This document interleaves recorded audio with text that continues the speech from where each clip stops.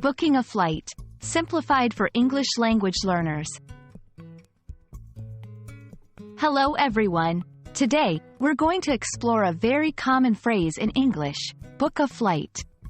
Whether you're traveling for business, pleasure, or to study, this is a phrase you'll likely use.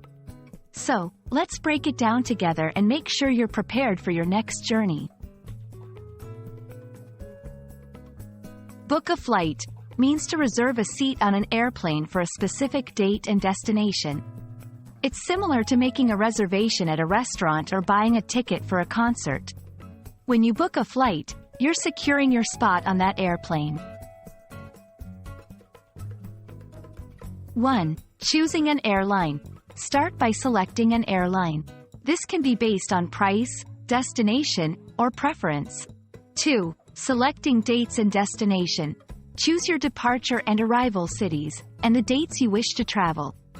3. Filling out personal information. Provide your name, contact information, and sometimes passport details. 4. Payment. Finally, pay for the ticket through a credit card, debit card, or other payment methods. I would like to book a flight to destination. What are the available flights to destination on date? Can I change the date of my flight later?